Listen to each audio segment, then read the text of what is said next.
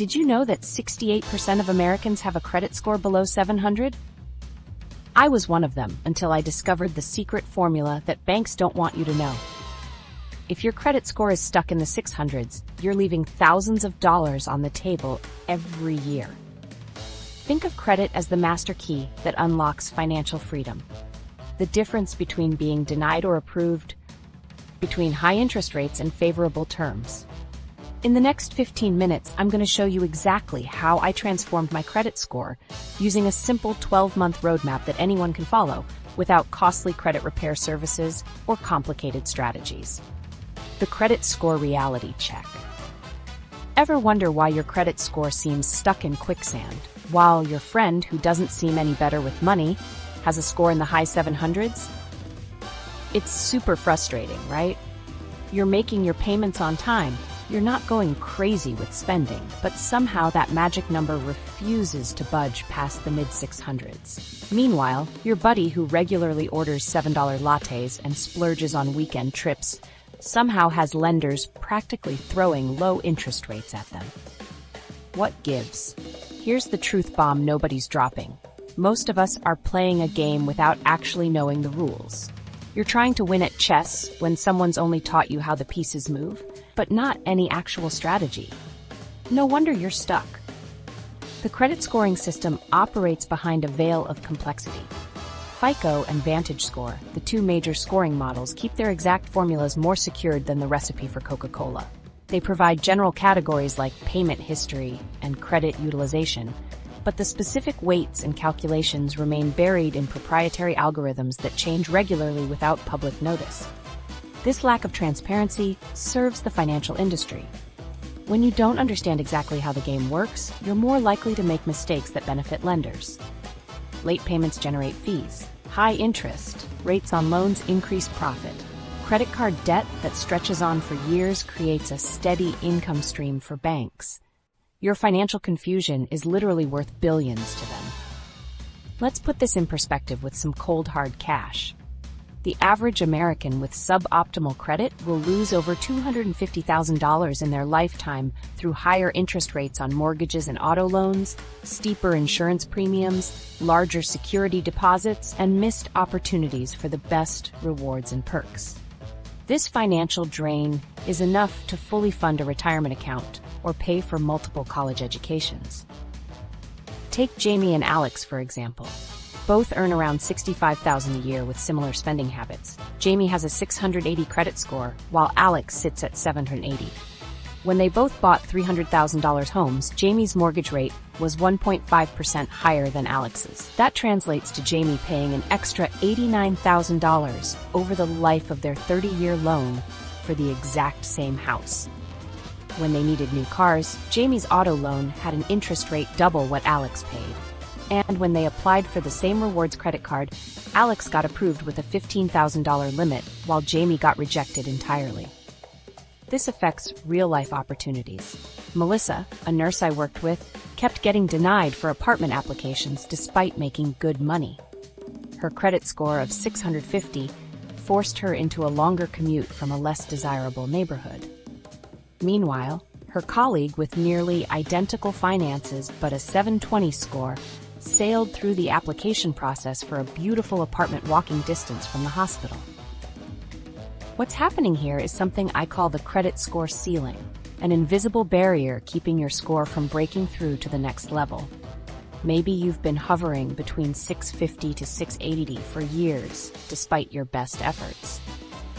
That ceiling isn't random. It's created by specific patterns in how you use credit that you probably don't even realize are holding you back. Many people think they're doing great by keeping their credit card balances at 30% of their limits. What they don't tell you is that people with scores above 800 typically keep their utilization below 7%. Or maybe you diligently pay everything on time, but only have one type of credit account. Without a mix of revolving and installment accounts, your score hits a ceiling regardless of your perfect payment history. Your everyday financial habits might actually be reinforcing this ceiling. Paying your credit card bill the day before it's due seems responsible, but the balance that gets reported to credit bureaus is usually your statement balance. captured weeks before your due date. So even though you're never late, you might be getting dinged for high utilization every month without knowing it. Your friend who seems financially identical might have accidentally stumbled onto the right formula. Maybe they have an old student loan that diversifies their credit mix, or they became an authorized user on their parents' 20-year-old credit card, giving their average account age a massive boost. The good news, once you understand the mechanics behind the scores, breaking through that ceiling becomes methodical rather than mysterious. There's a systematic approach to credit optimization that works regardless of your starting point. Think of it like finally getting the strategy guide to a video game you've been struggling with. Suddenly, all those obstacles make sense, and you can see the clear path forward. The same applies to your credit score. There are specific techniques you can apply that directly target each component of your score. So why is your credit score actually stuck below 700? Because you've been playing a game without knowing all the rules. But that changes today. Your credit origin story, understanding the past. The system may be designed to be opaque, but nothing is more mysterious than how your past financial mistakes continue haunting your present score. Remember that payment you missed during the pandemic chaos or while changing apartments? The credit bureaus certainly do. What if I told you a single 90-day late payment from 3 years ago could still be costing you up to 100 points on your score today?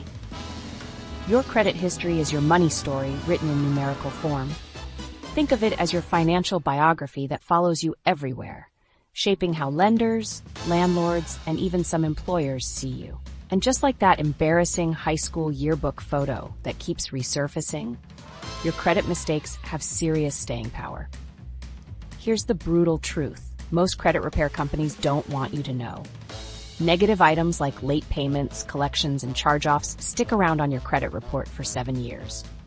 Bankruptcies? Those hang out for 10 full years. And while their impact does fade over time, thank goodness, they create a persistent drag on your score that's frustrating when you're trying to move forward. Your payment history makes up a massive 35% of your FICO score. That's the biggest chunk of the pie. This means all those times you paid on time, or didn't, are carrying more weight than any other factor in determining your creditworthiness. The credit scoring system puts your financial reliability front and center. The damage from late payments follows a sliding scale. A 30-day late payment might drop your score by 15 to 40 points. At 60 days, now we're talking about a 40 to 70 point hit. And at 90-plus days, you're looking at a potential 70 to 100-point plummet. That's the difference between qualifying for a good mortgage rate and getting stuck with one that costs you thousands extra. I worked with Sarah, a healthcare worker who missed a single payment during a hectic hospital transfer in 2020. 3 years later, that one mistake was still keeping her score 40 points below where it should have been, preventing her from qualifying for the best rates on her first home purchase. Her situation is surprisingly common. Lenders calculate the weight of past mistakes using a recency bias formula, where your most recent 24 months of payment history counts significantly more than older history. But those old negative marks still create what I call a score ceiling that prevents you from reaching those premium 800-plus numbers. A payment that was late 90 days 3 years ago might still be suppressing your score by 30 to 50 points, while one from just 12 months ago could be holding you back by 50 to 80 points. It's not a straight line of recovery. It's more like a curve that gradually flattens over time. This is what I call credit score decay, the slow, natural process of negative items losing their punch as they age. These negative marks are like radioactive material with a half-life. A late payment from 5 years ago has about half the impact of the same late payment from 1 year ago, but doesn't disappear completely until that 7-year mark. In real terms, if you had a 750 score, then missed a payment that dropped you to 680, you won't bounce back to 750 the next month just because you start paying on time again. Instead, you'll see maybe a 5 to 10 point improvement every few months as that negative item ages. Without intervention, it could take 3 to 4 years to naturally recover most of that lost ground. While you can't magically erase legitimate negative items, there are legitimate ways to accelerate the healing process. The credit bureaus have specific protocols for handling disputes, verifications, and goodwill adjustments that, when approached correctly, can potentially reduce recovery time from years to months. About 20% of consumers have at least one error on their credit reports. These mistakes could be wrongly reported late payments, accounts that aren't yours, or negative items that should have already fallen off your report. A targeted dispute strategy focusing on these inaccuracies can lead to significant score improvements in as little as 30 to 45 days if the items are successfully removed. Another acceleration technique involves Goodwill letters for one-time mistakes. If you have an otherwise spotless record but slipped up once due to extraordinary circumstances, some creditors will remove the negative mark as a one-time courtesy. About 30% of consumers who send properly written Goodwill letters see positive results, especially with credit unions and smaller banks. The most powerful technique is positive credit flooding, strategically adding new positive payment history that gradually dilutes the impact of old negative items. Each new on-time payment adds another vote in the trustworthy column, eventually outweighing those old untrustworthy votes. Those forgotten late payments create a credit score tax of 30 to 100 points that diminishes gradually over time. If your score is hovering around 650 to 680 despite doing everything right lately, chances are your payment history is the culprit. The good news is that every on-time payment chips away at that tax, and with the right strategies, you can accelerate this recovery significantly. The utilization trap, your credit's silent killer. That credit score tax from late payments isn't the only silent killer lurking in your financial profile. Picture this. You've never missed a payment, you keep your accounts in good standing, yet your score refuses to crack 700. The culprit? Something so seemingly innocent, you probably do it every month without a second thought, using more than a tiny fraction of your available credit even if you pay it off completely. Credit utilization makes up 30% of your FICO score, second only to payment history. Think of it as your credit card's fuel gauge. When it moves from the green zone, low utilization, into the yellow or red zones, your score starts dropping, even if you're religiously paying off your balance each month. Here's how it works. Your utilization ratio is calculated by dividing your total card balances by your total credit limits, then converting to a percentage. The critical detail most people miss is that this calculation happens on your statement date, typically 3 to 4 weeks before your payment is due. This timing creates a common trap. You can pay in full every month and still have high utilization reported if your statement closes when your balances are high. It's like being penalized for how full your gas tank was at a specific moment rather than how responsibly you refill it. The bureaus calculate utilization in 2 ways simultaneously, per individual card and across all cards combined. Max out one card while barely using others, and you'll still damage your score. With 3 $5,000 limit cards, putting $4,500 on just one card creates 90% utilization on that card and 30% overall. Both numbers affect your score. The ideal utilization level is far lower than most people realize. The common, stay under 30% advice sets the bar too low for excellent credit. Here's what actually happens to your score at different utilization thresholds. 1 to 3%, optimal zone for 800 plus scores. 4 to 9%, excellent range with minimal score impact. 10%, first major cliff where scores begin dropping noticeably. 30%, second significant threshold with larger penalties. 50% severe negative impact. 70% plus, major score damage. Each threshold functions like a credit score cliff. Cross it, and your score takes a disproportionate hit. Moving from 9% to 10% utilization might cost you 15 to 20 points, while going from 8% to 9% only costs 2 to 3 points. Counterintuitively, having 1 to 3% utilization typically scores higher than 0 utilization. The algorithms prefer seeing some small balance as evidence you're actively using credit responsibly.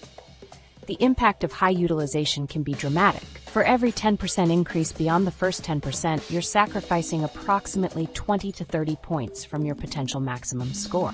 If you routinely maintain 50% utilization, that could be costing you 80 to 100 points, enough to drop you from excellent to merely good credit, or from good to fair.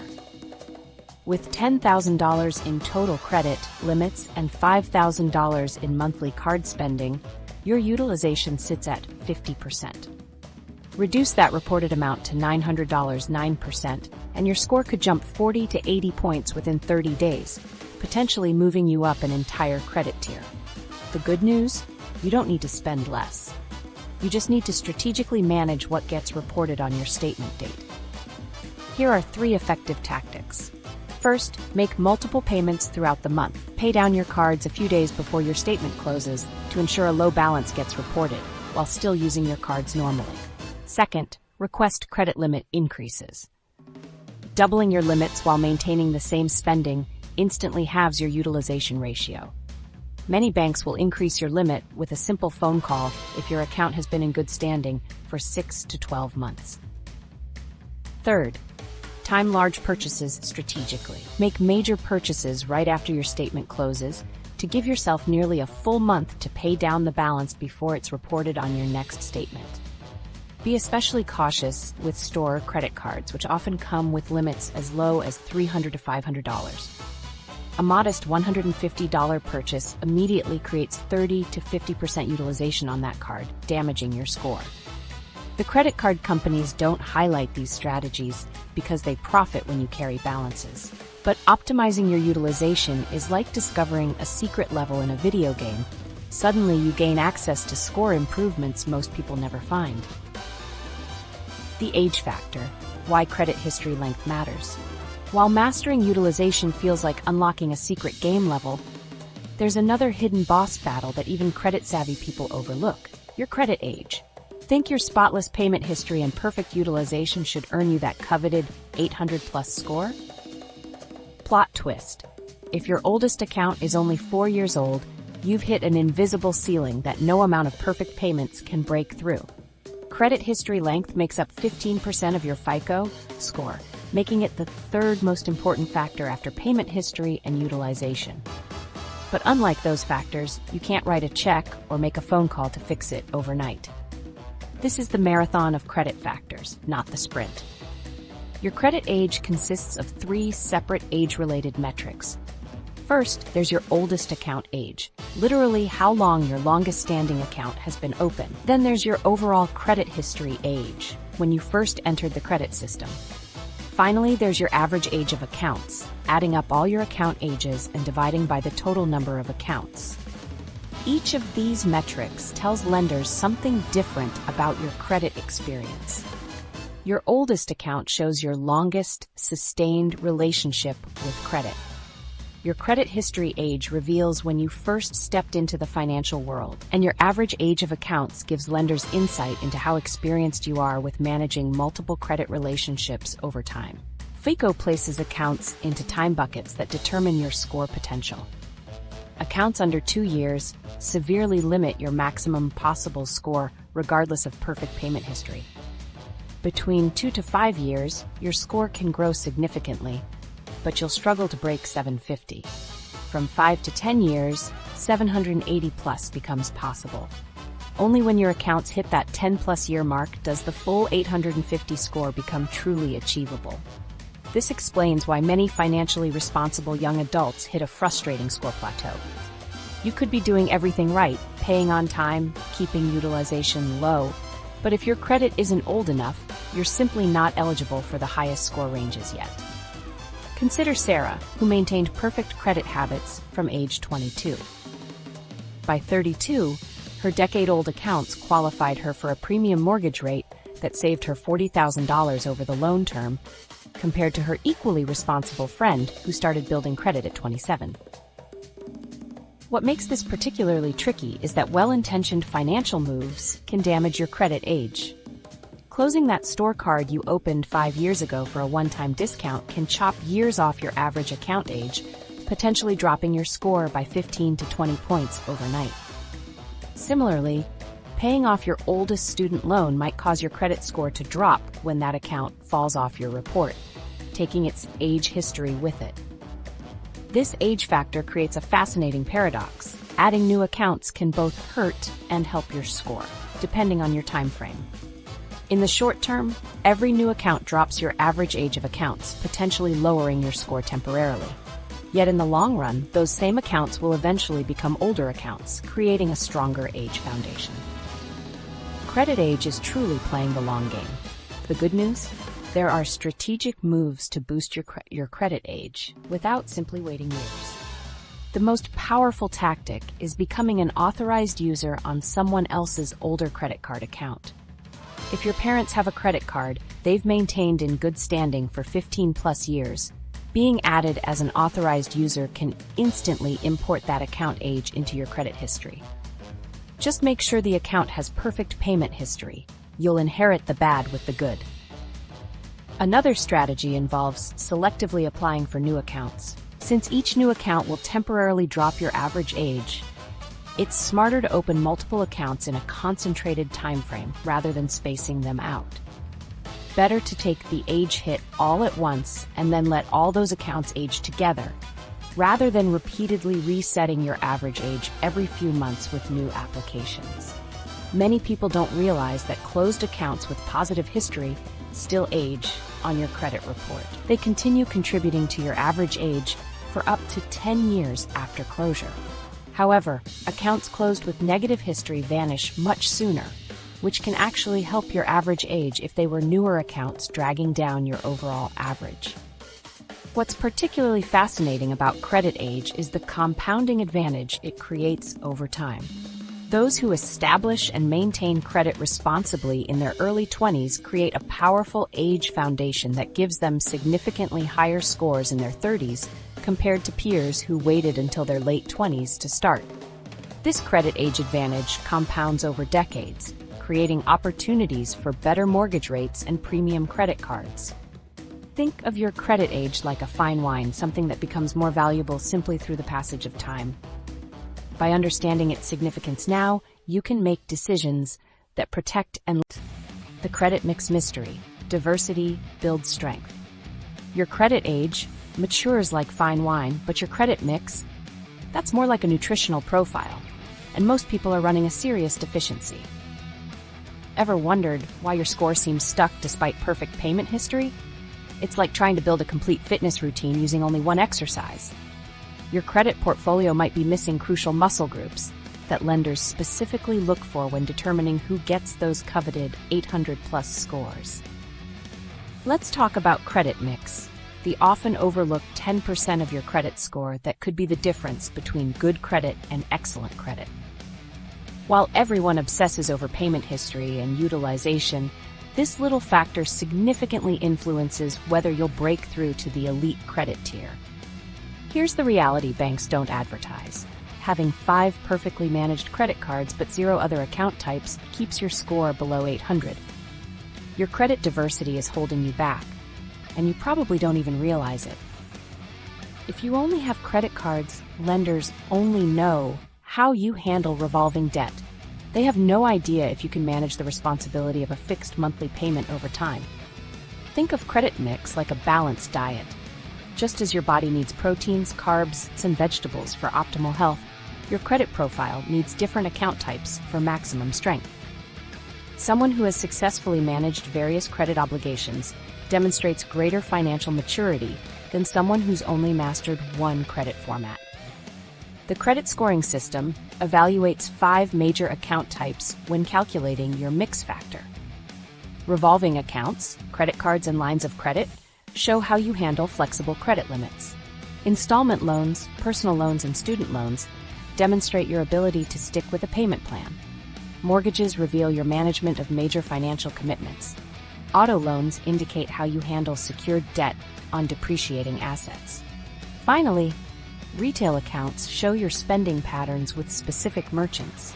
Consider Tom, who had a 760 score despite perfect payment history and low utilization.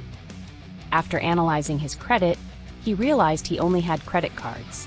He added a small credit builder loan through his credit union and within 3 months, his score jumped to 812, all from improving his credit mix. The credit scoring elite, people with scores over 800, typically maintain 3 to 5 different account types. This diversity isn't accidental. It's a deliberate strategy that maximizes their score. The ideal distribution often includes 2 to 3 credit cards, 1 to 2 installment loans, possibly a mortgage or auto loan, and maybe 1 retail account. Many people make a critical mistake, opening multiple store credit cards thinking they're diversifying when they're actually creating an imbalance. Those 5 store cards you opened for one-time discounts all count as the same type of credit, retail revolving accounts. Instead of diversity, you've created a concentration that hurts your score. Credit scoring models reward balanced portfolios over concentrated ones, similar to how financial advisors recommend diversifying investments. The algorithm specifically looks at the ratio between your account types, not just the raw numbers. Having 90% of your accounts as credit cards creates a revolving heavy profile that caps your potential score. This explains why some people see their scores drop after paying off their only installment loan. Their credit mix loses an entire category, and their profile becomes less diverse. It's not that paying off debt is bad, it's that losing diversity can temporarily impact your score.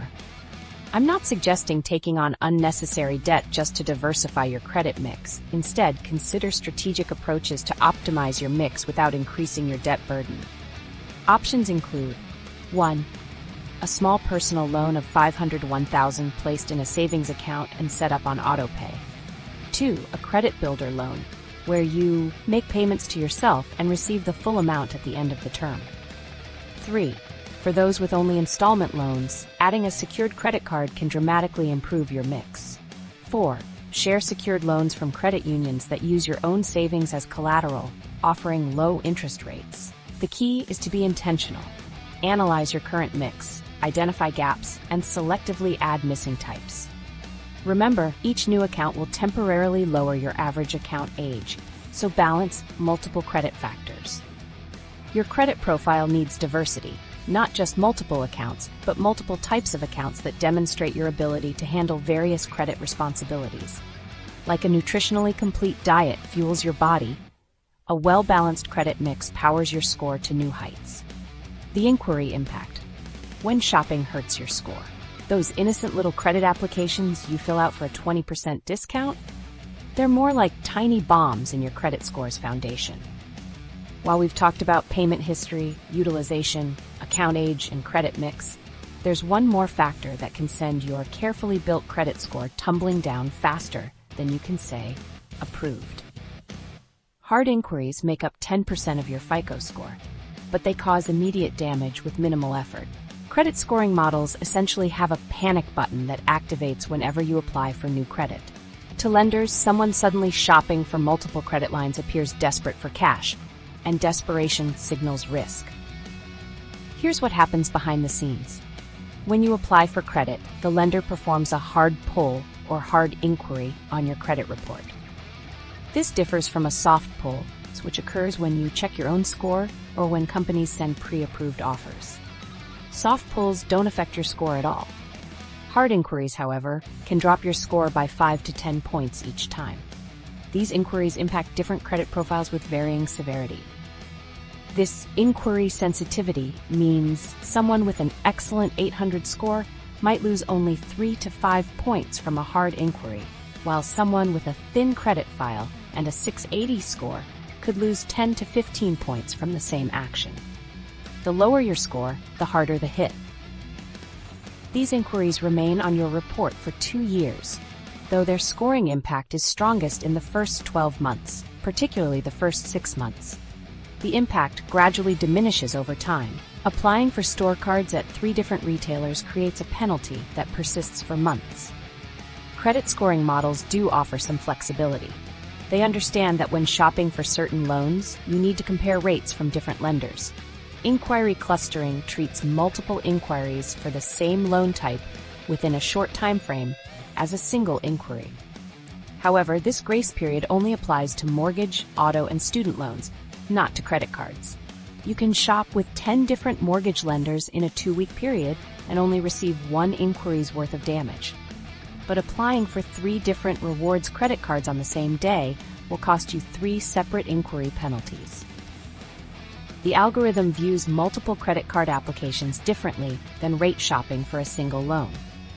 Timing matters tremendously.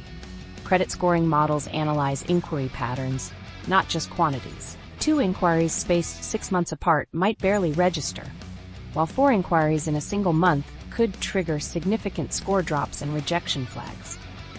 The system is detecting what lenders call credit-seeking behavior, a pattern that historically precedes financial trouble. Inquiry impact can compound with other factors.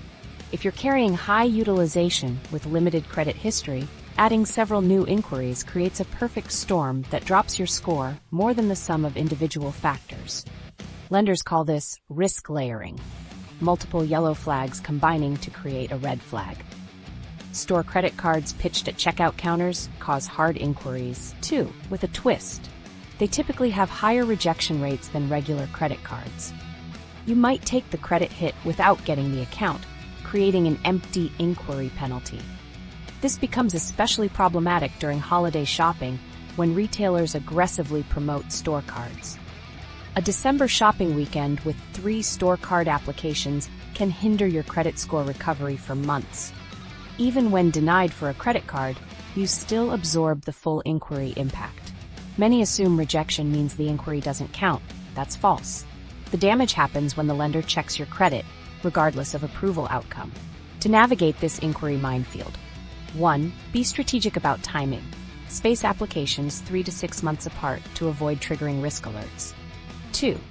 Pre-qualification tools when available. These use soft pulls to check approval odds before formal application.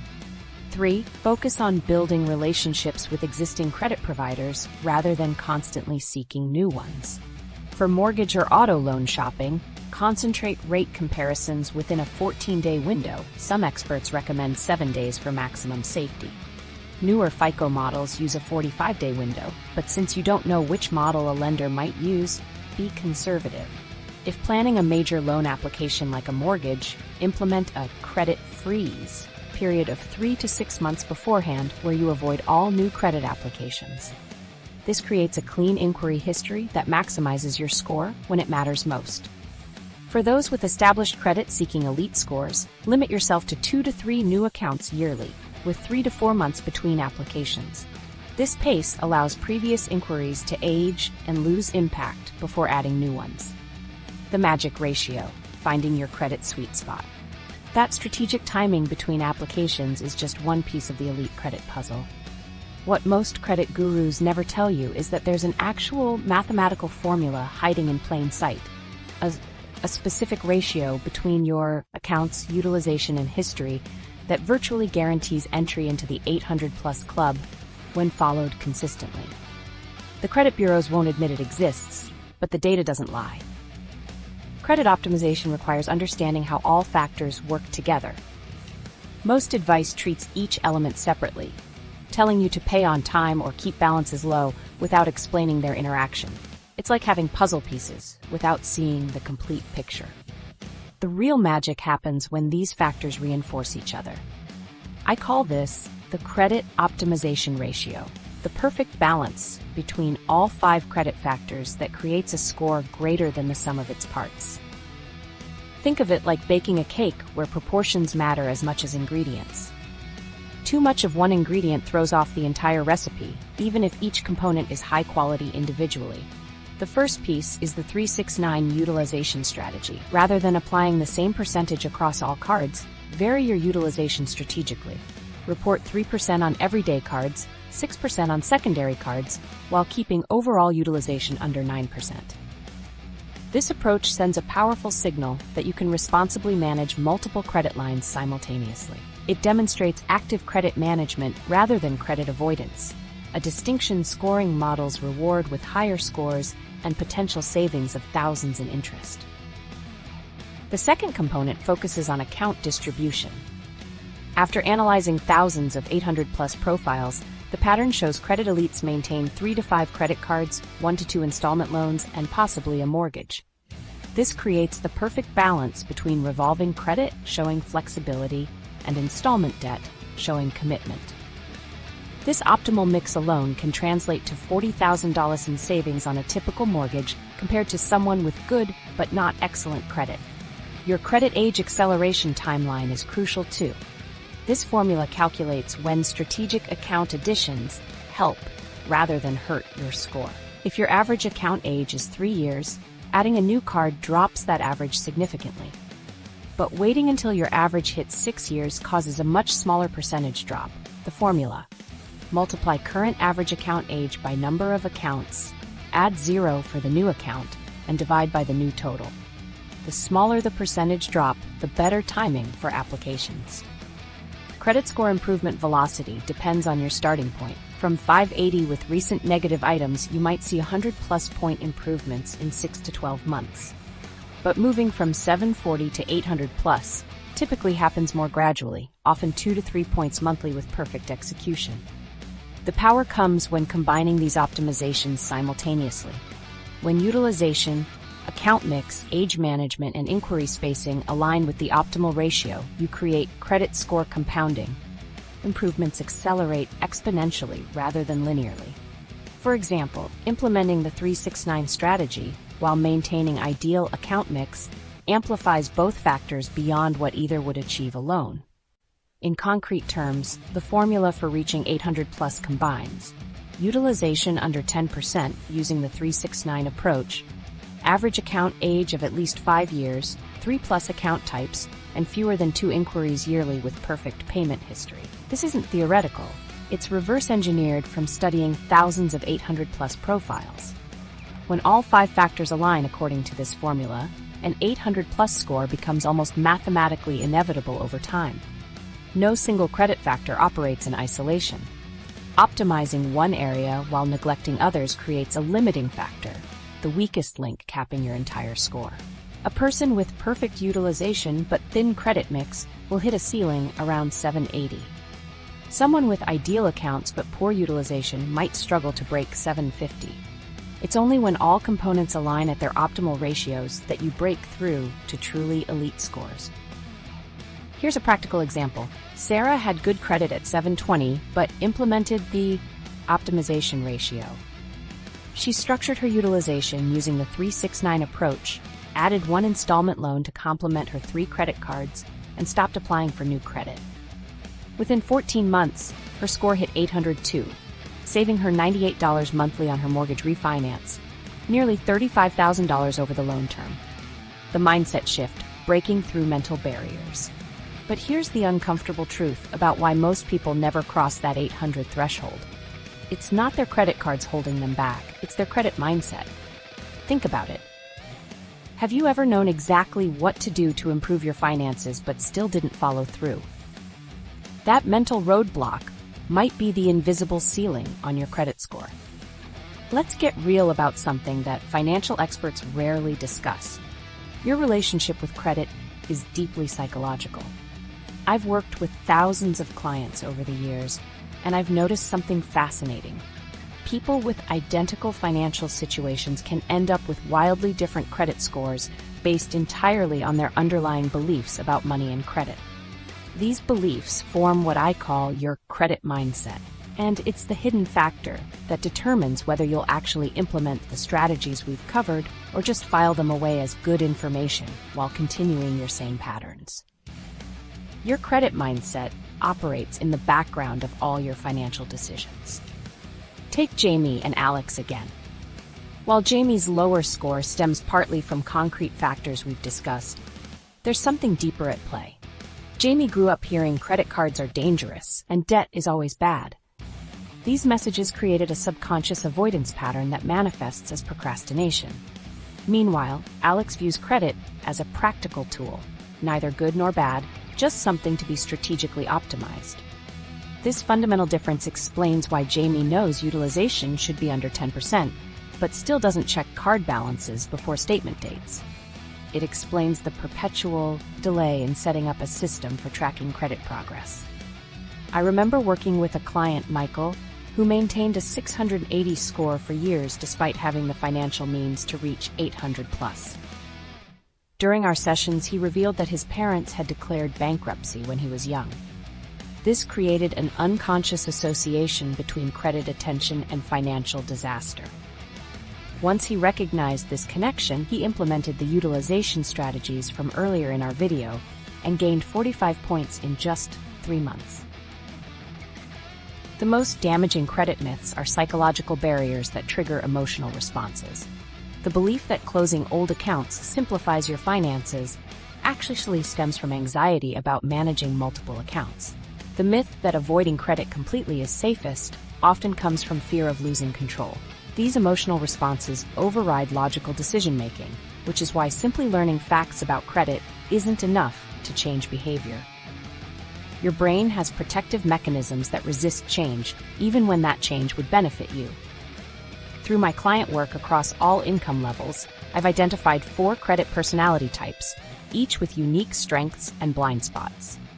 Avoiders ignore their credit until forced to confront it, usually when applying for loans. They check their score infrequently and view credit management as something to minimize. Avoiders have untapped credit potential but struggle with consistent follow-through. Optimizers love tracking numbers and tweaking variables for maximum results. They check scores regularly and enjoy the process. Optimizers achieve excellent scores but sometimes get so caught up in perfect optimization that they miss seeing credit as just one part of their broader financial picture. Perfectionists are driven more by fear of mistakes than enjoyment. They often delay applying for credit until they've researched every angle, sometimes missing opportunities due to analysis paralysis. Their cautious approach can lead to thin credit files despite perfect payment histories. Balancers take a moderate approach. They maintain good scores without obsessing over every point, typically implementing high-impact strategies while letting go of marginal optimizations. Balancers usually achieve scores in the high 700s with minimal stress. Each type has strengths. The key is recognizing yours and working with it. If you're an avoider, set up automated systems with minimal maintenance. If you're a perfectionist, focus on the 20% of strategies that deliver 80% of results. If you're an optimizer, channel your enthusiasm into helping others rather than obsessing over those last few points. Create lasting change through habit stacking, connecting new habits to existing ones. If you already check your bank account every Monday, that's when you should also check your credit card balances. This bypasses resistance to forming entirely new habits. Consider creating environmental triggers, a calendar notification before statement closing dates, reminding you to pay down balances, or set your credit monitoring app as the first screen on your phone Sunday evenings. What makes these psychological shifts powerful is that they create lasting behavior changes in ways passive knowledge cannot. The techniques we covered earlier, utilization management, credit mix optimization, and strategic applications, only work when consistently implemented. Your credit mindset is entirely within your control to change. Start by becoming aware of your current beliefs. What messages about money and credit did you absorb growing up? How do they affect your behavior today? When you notice resistance to implementing a strategy, ask what belief might be creating that resistance. This self-awareness creates space between stimulus and response, the crucial moment where the 12-month transformation, your credit hero's journey. That mindset shift we just explored, it's powerful, but it's only the beginning of your credit transformation. What if I told you there's a step-by-step roadmap that can take you from credit confusion to an 800+ score within a single year? Not another vague promise. I'm talking about a month-by-month action plan that I personally use to climb from a disappointing 650 to joining the exclusive 800+ club. Here's the problem with most credit improvement attempts. They're random and inconsistent. 1 month, you're obsessively paying down balances. The next, you're applying for 3 new cards because you heard it helps your score. This scattered approach leads to minimal results and maximum frustration. It's like trying to get in shape by doing random workouts whenever you feel like it, instead of following a progressive training program. What you need instead is a structured hero's journey that transforms your credit step by step. I've broken this down into 3 distinct phases that build upon each other. Foundation. months 1 to 3. These first 3 months establish critical groundwork. In month 1, you'll conduct a comprehensive review of reports from all 3 bureaus, identifying errors and questionable items. Month 2 introduces strategic utilization management, timing your payments around statement dates to keep reported balances under 9%, which can boost your score 20 to 40 points in just 30 days. Month 3 focuses on creating tracking systems that monitor more than your overall score, making credit improvement concrete and measurable. Optimization, months 4 to 6. This phase elevates your foundation. Month 4 centers on strategically increasing available credit, creating a utilization buffer that protects your score from normal spending fluctuations. Month 5 strengthens your credit mix, diversifying your credit types to maximize that 10% of your score. Month 6 optimizes account age factors, implementing systems to keep accounts active while maintaining low overall utilization. Acceleration, months 7 to 12. Advanced strategies come into play here. This includes category optimization to maximize impact of different account types, the ideal balance method that strategically maintains small balances on certain accounts, and long-term inquiry management to prevent impulsive applications. The final months focus on fine-tuning techniques like advanced utilization cycling and perfecting payment timing. The power of this 12-month approach comes from credit score momentum. Each strategy compounds upon previous efforts. Utilization management in month 2 improves approval odds for limit increases in month 4, which makes future utilization easier to manage, further improving your score and making you more attractive for premium cards with higher limits. This approach delivers predictable results regardless of your starting point. Someone beginning at 580 might reach 680 to 720 within the year. Someone starting at 680 might reach 760 to 780, and someone already at 740 could break into the elite 800 plus range. The system works with any credit profile because it aligns with the mathematical fundamentals of scoring algorithms. Expect dramatic improvements during the foundation phase, as addressing high utilization and obvious errors delivers quick wins. Many clients see scores rise 50+ points in just 90 days by implementing these initial strategies. As you progress, improvements become more gradual but still significant. The journey from 740 to 800+ typically moves slower than from 650 to 720, but each point in that higher range carries substantial financial benefits for mortgages and premium credit products. To maintain momentum throughout your journey, digital tools become invaluable allies. Credit monitoring apps provide real-time alerts about score changes, giving immediate feedback on your strategies. Automated payment schedulers ensure you never miss optimal payment windows. Spreadsheet templates track multiple metrics simultaneously, revealing patterns you might otherwise miss. Beyond tools, developing a credit-conscious mindset sustains progress. This means viewing credit as a financial fitness routine rather than a one-time fix. Regular credit checkups become as natural as reviewing your investment portfolio. You'll begin recognizing how daily financial decisions affect your score, transforming abstract credit concepts into practical habits. This systematic approach represents the difference between random credit improvement attempts and a strategic credit transformation journey. By following this progressive roadmap, you're not just chasing a number, you're building the financial credibility that opens doors to premier rates, premium cards, and peace of mind, knowing you've optimized this crucial aspect of your financial life. The Credit Technology Arsenal. Tools for success. While your credit score is climbing through those phases, there's actually a secret weapon most people completely overlook. Did you know there's an entire arsenal of credit technology that can automate this whole process, saving you hours of frustration and potentially hundreds of points on your score? Think about it. Would you try to build a house with just a hammer? Of course not. Yet most people attempt to fix their credit with nothing but determination and maybe a spreadsheet. Let me introduce you to what I call your credit technology stack. The combination of apps, services, and tools that can transform this journey from a frustrating slog to a smooth ride. Let's get real about credit repair companies first. Many charge $89 to $129 per month for basic dispute letters you could generate yourself. I've seen clients pay $2,500 plus for year-long premium packages that amount to automated form letters. These companies often make promises they legally can't keep, like guaranteeing removal of accurate negative items despite being prohibited by the Credit Repair Organizations Act. You can build a comprehensive credit technology stack for less than $20 per month that provides everything those expensive services offer, and often more.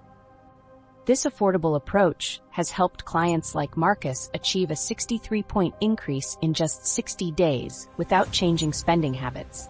He simply optimized when his balances were reported using automation tools. There are 3 distinct categories of credit tech: monitoring services, score simulators, and credit building tools. Monitoring services alert you to changes in your report. Score simulators let you test different scenarios before making real-world moves. And credit building tools actively implement improvement strategies. Everyone should use these free tools.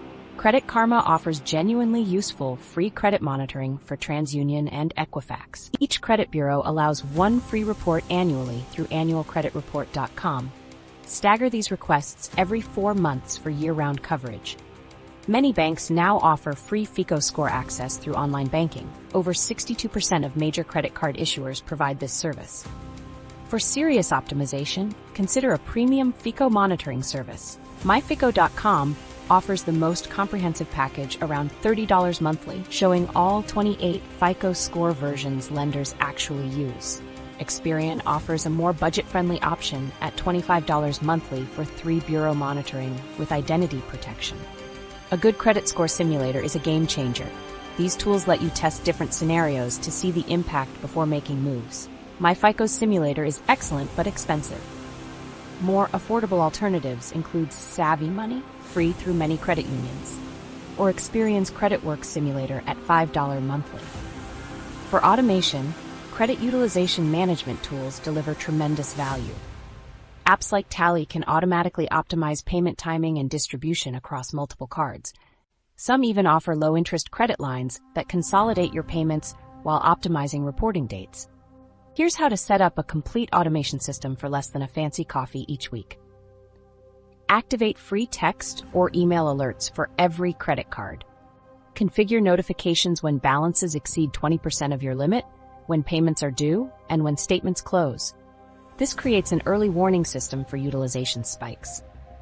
Set calendar reminders 3 to 5 days before each statement closing date. This prompts you to make a payment that reduces the reported balance to the ideal 1 to 9% range. Set up automatic payments at custom amounts as backup to ensure you never miss a due date. For disputes, template libraries from Clark Howard or the Consumer Financial Protection Bureau provide professionally written letters you can customize. Combined with a simple document scanner app, you've got the same capabilities as credit repair firms charging hundreds. Connect these tools through services like Mint or YNAB for a unified dashboard of your credit accounts. When linked with budget tracking, you can see exactly how spending decisions impact your credit metrics in real time. This tech stack creates a sustainable system rather than a one-time fix. Once set up, your credit monitoring runs on autopilot, flagging potential issues before they grow. Vanessa, another client, received an alert about an unauthorized inquiry within hours, allowing her to shut down an identity theft attempt before any accounts were opened. Avoid credit repair companies charging more than $100 monthly or requiring long-term contracts. Most generate dispute letters you can create yourself using templates from the FTC website. Instead, invest in self-monitoring tools and score simulators that give you the same capabilities at a fraction of the cost. The difference between those stuck in credit score limbo and those who see consistent improvement often comes down to their technology toolkit.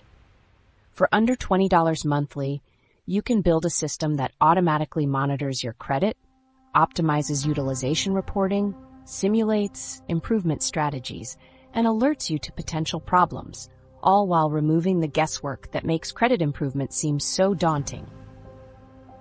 The monthly credit ritual, sustaining your success. That technology toolkit is powerful, but it's useless without the secret sauce of credit masters. consistency. What if I told you there's a simple 15-minute monthly ritual that could potentially add 100+ points to your score over time, yet most financial advisors never even mention it? This isn't some complicated strategy, actually ridiculously simple, but timing is everything. Here's the truth that separates credit score masters from everyone else. Making small strategic actions every single month compounds over time. I call it the monthly credit ritual, and it's the difference between temporary credit improvements and permanent credit mastery. About 78% of people who successfully improve their credit scores end up sliding backward within 18 months. Why? They treat credit improvement like a crash diet instead of a lifestyle change. They do all the right things to get their score up for a specific loan application, then immediately return to old habits. The monthly credit ritual prevents this backslide by turning credit maintenance into an effortless habit that takes less time than scrolling through social media during your morning coffee. It consists of 5 simple components that create ongoing credit score momentum when done consistently. First is your score check. Check your scores once monthly through your bank portal or credit card account. Look for unexpected changes that might signal identity theft or reporting errors. Early detection of problems saves months of credit score recovery time. Second is utilization adjustment. Your statement balance determines your reported utilization. During your ritual, check your current balances against credit limits and make strategic mid-cycle payments to keep your reported utilization in that magic 1 to 9% sweet spot. This habit alone maintains a 20 to 40 point advantage over someone who only pays attention to due dates. Third is your account review. Quickly scan all accounts for unusual activity, fees, interest rate changes, or credit limit adjustments. One client discovered their credit card company had quietly dropped their limit from $10,000, which pushed their utilization from 8% to 16% without any change in spending habits. Fourth is goal recalibration. Take 60 seconds to consider upcoming financial goals. Planning to buy a car in 6 months? Time to freeze new applications? Looking at houses next year? Focus on optimizing mortgage-specific scores. This ensures your credit score aligns with your next financial move. Fifth is future planning. Note upcoming large purchases that might spike utilization, plan when to request credit limit increases, typically every 6 to 12 months, and decide if new accounts might strengthen your credit mix. This acts as preventive maintenance for your credit profile. Timing is crucial. Perform this ritual 2 to 3 days before your statement closing dates, not due dates. This strategic timing allows adjustments that directly impact how utilization is reported to bureaus. Jennifer, a teacher I worked with, had 4 credit cards with different closing dates. She set calendar reminders for 2 days before each statement closed. Within 6 months of implementing this system, her score climbed from 731 to 788, despite making no other changes to her credit habits. The peace of mind she gained from this simple routine was just as valuable as the score increase itself. The beauty of this ritual lies in how it compounds over time. Each month you maintain optimal utilization, your payment history strengthens, accounts age, and credit mix matures. These continuous small optimizations create credit score momentum, the snowball effect that pushes scores from good to excellent. The ritual might take 15 minutes when you first start, but most people report it eventually takes just 5 to 8 minutes monthly once it becomes habit, less time than deciding what to watch on Netflix. To make this ritual stick, connect it to something you already do consistently. Maybe it's your Sunday morning bill paying time or the first day of each month when you review your budget. Calendar alerts are essential, especially for statement closing dates. Michael spent years fluctuating between 680 to 710. After implementing the monthly credit ritual for 9 consecutive months, he crossed the 760 threshold that qualified him for a prime mortgage rate, saving approximately $63 monthly on his home loan. That's a potential $22,680 in savings over a 30-year mortgage from a habit that takes less time than brewing coffee. The ritual works because it aligns your behaviors with how credit reporting actually functions. It ensures making the right moves at the right times instead of randomly addressing credit issues. This simple 15-minute monthly habit creates consistent improvement month after month. The difference between someone with an elite 800+ score and someone stuck at 720 isn't their financial situation. It's their commitment to these small optimizations that transform your financial future, one month at a time. The lender's perspective, seeing credit through their eyes. Ever think your precious credit score is the VIP pass to loan approval? Think again. Let's flip the script and view your credit through a lender's eyes, where that 3-digit score is just the beginning of a much deeper financial investigation. When you apply for that dream mortgage or shiny new car loan, lenders run your information through sophisticated proprietary algorithms that evaluate far more than your FICO score. Two people with identical 750 scores can receive completely different loan decisions based on what's happening behind that number. This is what the lending industry calls risk-based pricing, a multi-layered evaluation system that determines your approval status, interest rate, and terms. Consider this. A borrower with a 720 score might receive a mortgage at 5.5% APR, while another 720 score applicant could be offered 6.25%, a difference that amounts to over $30,000 on a $300,000 loan. Think of the lender's evaluation process as a 3-stage security checkpoint, each more detailed than the last. Your credit score serves as the initial screening, the bouncer at the club door. If you don't meet the minimum threshold, typically 620 to 640 for mortgages or 720 for premium auto loans, you won't proceed further. But clearing this first checkpoint doesn't guarantee VIP treatment inside. At the second checkpoint, lenders examine the components within your credit report. Two applicants with identical 720 scores appear dramatically different under this microscope. One might have perfect payment history but high utilization and several new accounts, while another might have a couple of late payments from years ago but low utilization and established account history. The third and most revealing checkpoint involves the lender's custom underwriting criteria, which varies by institution and loan type. Here, factors outside your credit score come into play. Your debt-to-income ratio, DTI, becomes crucial, comparing your monthly debt obligations to your monthly income. This calculation is absent from your FICO score, but critical to lenders. A mortgage lender might reject an applicant with a 780 credit score, whose DTI exceeds 43%, while approving someone with a 700 score, whose DTI is under 36%. Research shows DTI is actually a stronger predictor of mortgage default than credit score alone. Someone with perfect payment history but maxed out financial capacity is statistically more likely to default when unexpected expenses arise. Different lenders focus on different aspects of your financial profile. Mortgage lenders prioritize stability and consistency. They're committing to a 15 to 30-year relationship, so they scrutinize employment history, income documentation, and asset reserves. Recent credit inquiries concern them because each new credit account in the 6 months before application increases default risk. Auto lenders concentrate on your history with similar loans. Their algorithms emphasize previous auto loan payment history as highly predictive of future behavior. Someone with perfect credit card payments but one late auto loan payment might receive a higher rate than someone with a couple of late credit card payments but perfect auto loan history.